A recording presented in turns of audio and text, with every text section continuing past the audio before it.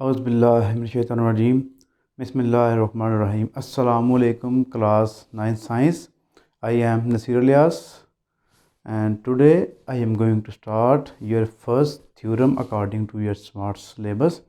तो जी बच्चों, थ्योरम जो है हमारे पास 12.1.1 है और इसको पढ़ते हैं, फिर इसको मैं ज़रा डिटेल से आपको समझाता हूँ इंशाल्लाह।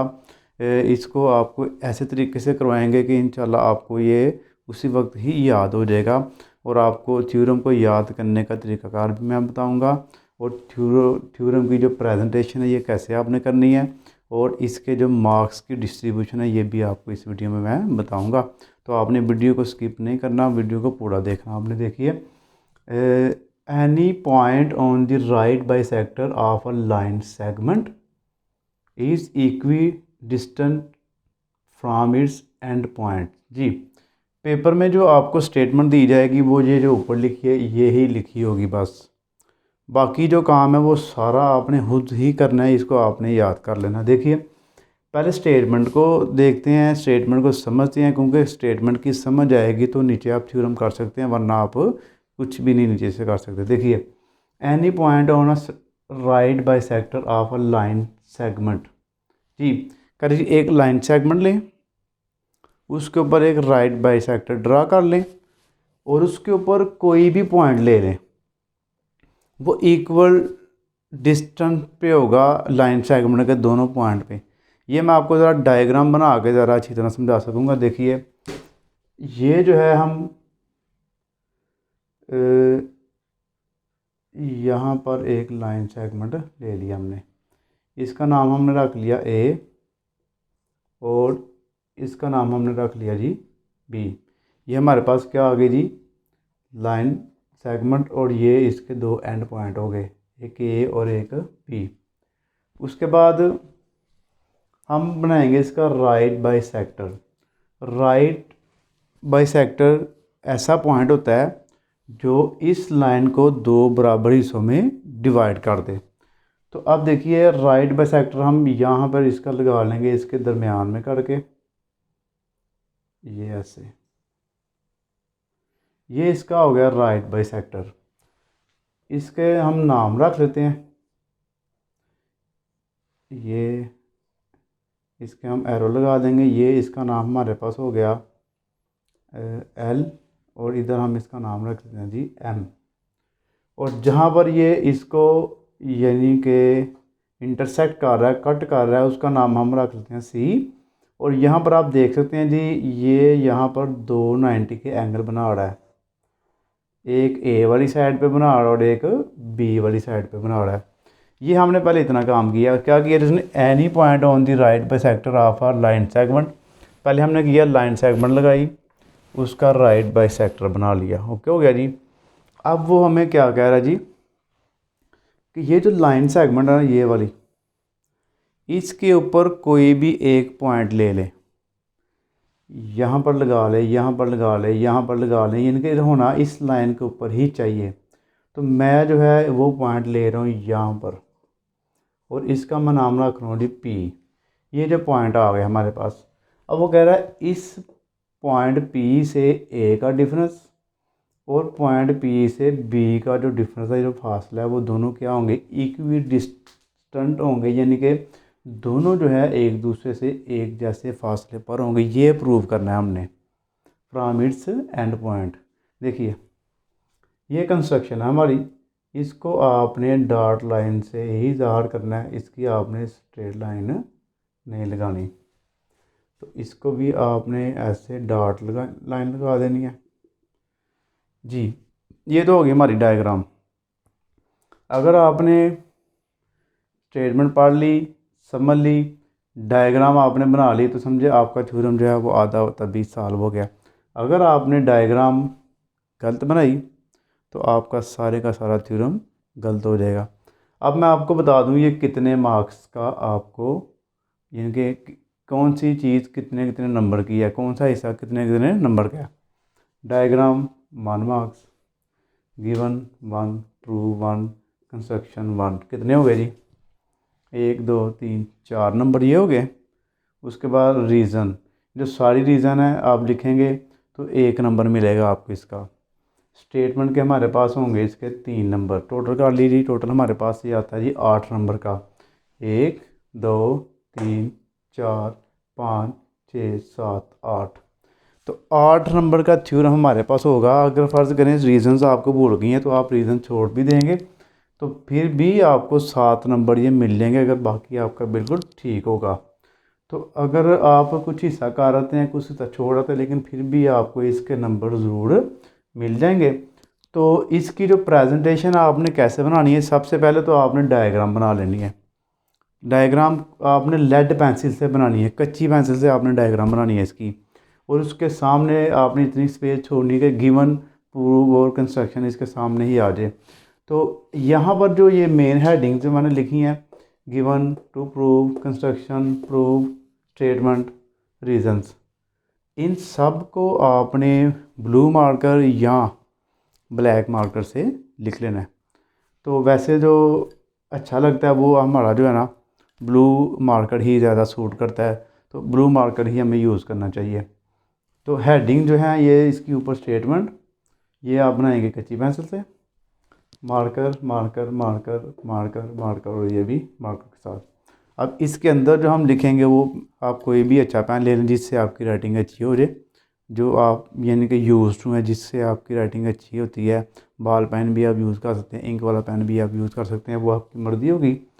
तो यहाँ पर अब आप देखिए गिवन में हमारे पास क्या है। गिवन में हमारे पास एक ये देखिए हमारे पास है जी लाइन सेगमेंट है, और उसके ऊपर हमने एक ड्रा किया है राइट बाय, ये जो है राइट बाय सेक्टर है। तो हम क्या करेंगे, इसको गिवन में हम लिखेंगे कि अ लाइन, ये जो L M, a line L M intersect line segment A B at point C. पहले आप ये लिखें यहाँ पर अ लाइन एल एम, इसके ऊपर आप जो लाइन का सिंबल है वो यूज़ करेंगे। L M intersect line segment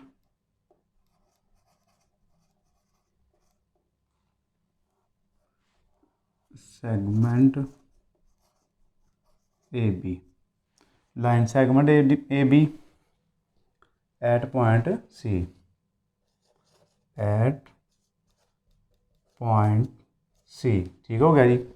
उसके बाद ये जो हमारे पास एल एम है, ये इसके ऊपर क्या है जी, परपेंडिकुलर है, सच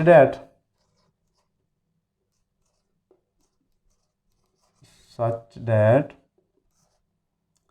एल एम परपेंडिकुलर है किसके ऊपर, ए बी के ऊपर। ठीक हो गया जी। उसके बाद ये ए सी जो है हमारे पास, ये जो ए सी का डिफरेंस है वो बी सी का डिफरेंस के बराबर है। तो फिर आप लिखेंगे and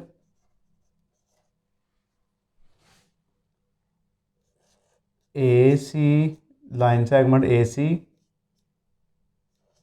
congruent line segment B C.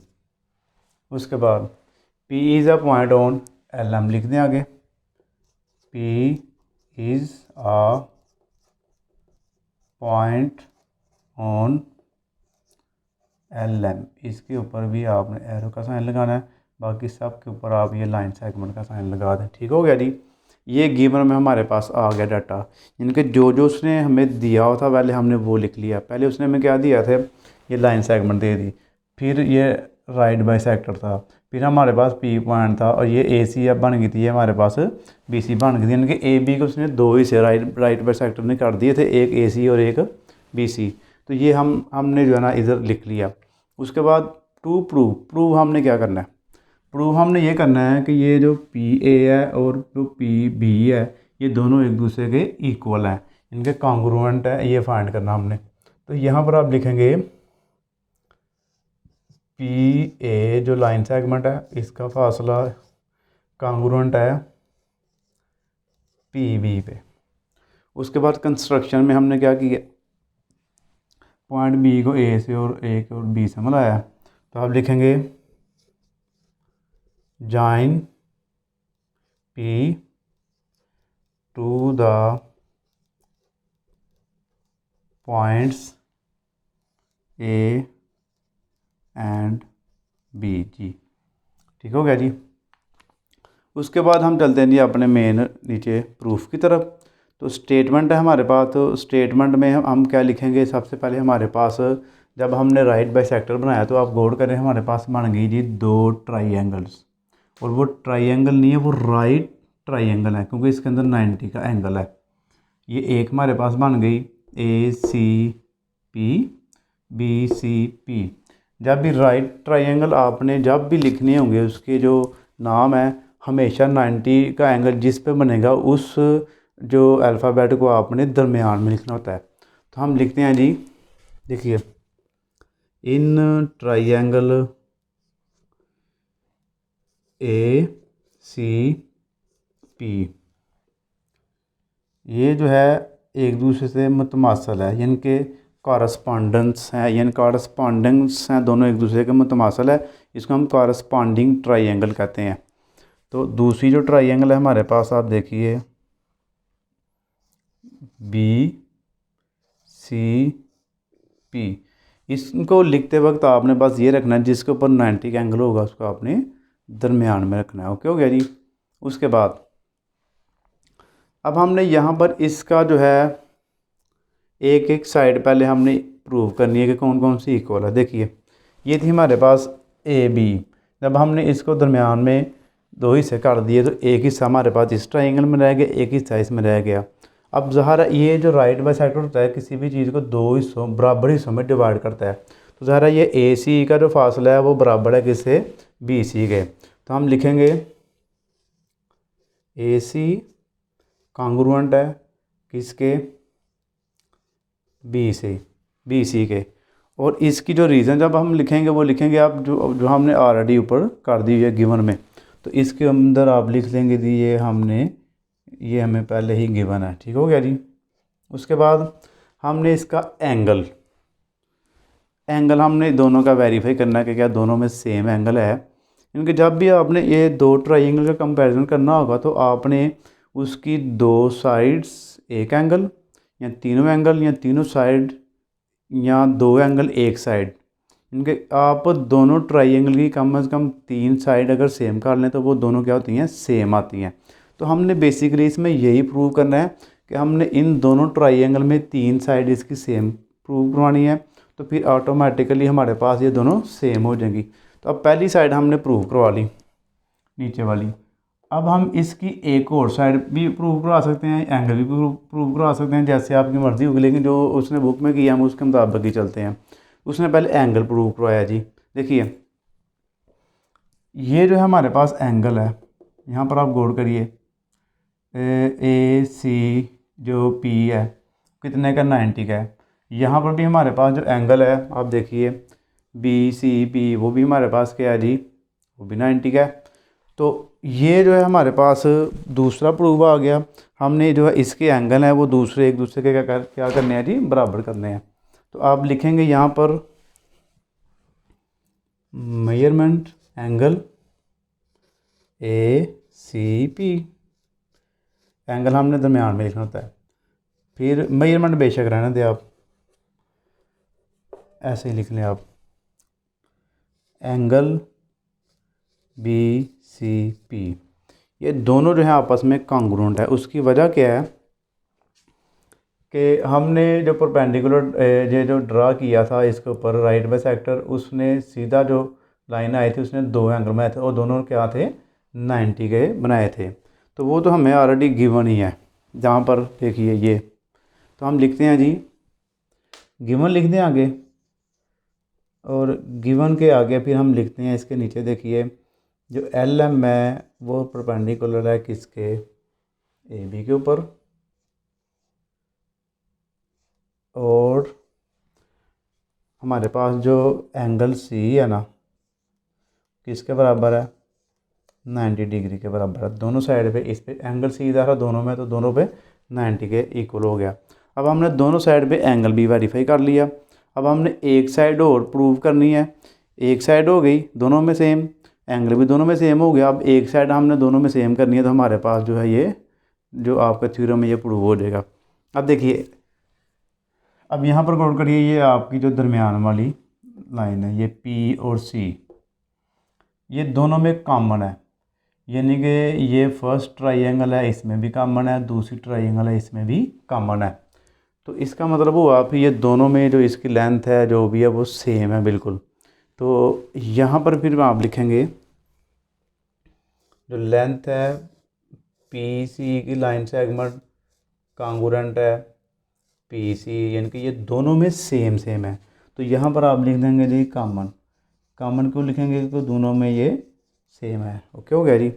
उसके बाद अब देखिए, इनके मैंने आपको पहले बताया था कि जब भी आपने दो ट्राइंगल्स को कंपेयर करना है तो उसमें उनकी इक्वालिटी के लिए कम से कम तीन साइड्स, यानी कि तीन इसके हिस्से कह लें आप, इक्वल होने चाहिए ट्राइंगल के।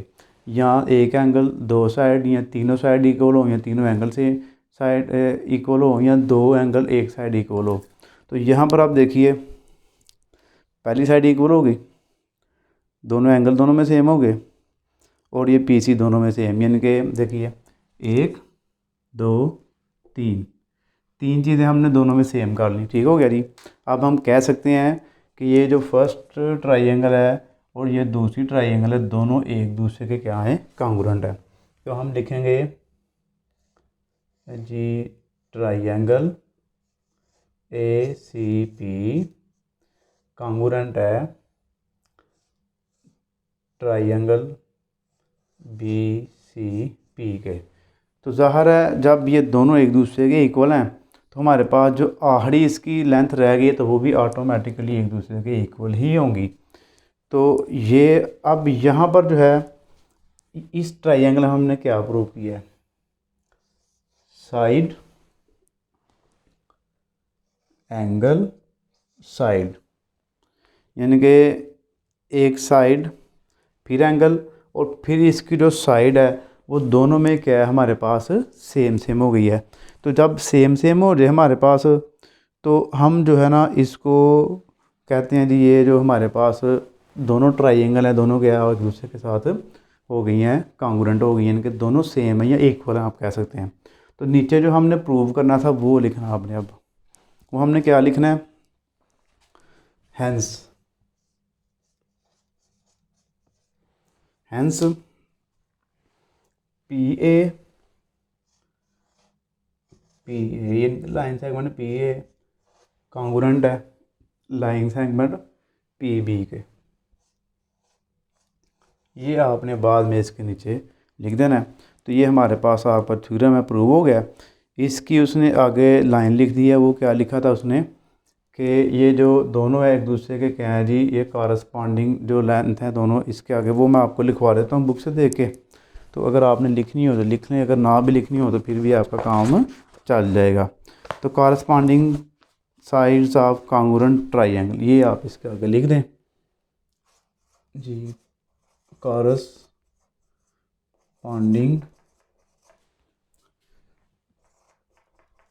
साइड्स ऑफ congruent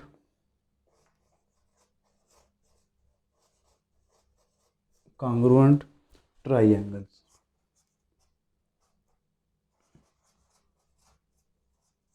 ये इसके आगे लिखना, यानी कि ये दोनों जो है ना कॉरस्पॉन्डिंग साइड, ये दोनों एक दूसरे की कॉरस्पॉन्डिंग साइड्स हैं, और कॉन्ग्रुएंट ट्राइंगल, यानी कि ट्राइंगल हमारी दोनों कॉन्ग्रुएंट है, यानी कि सेम है।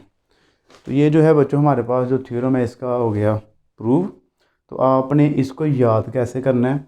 जो पहले मैंने आपको तरीका बताया है उसके मुताबिक आपने पहले इसको डायग्राम बनानी है, फिर गिवन टू प्रूव कंस्ट्रक्शन लिख के इन चीज़ों को आपने याद कर लेना है। याद करके बार बार इसकी प्रैक्टिस करनी है, कोशिश करनी है कि इसको समझ के करना।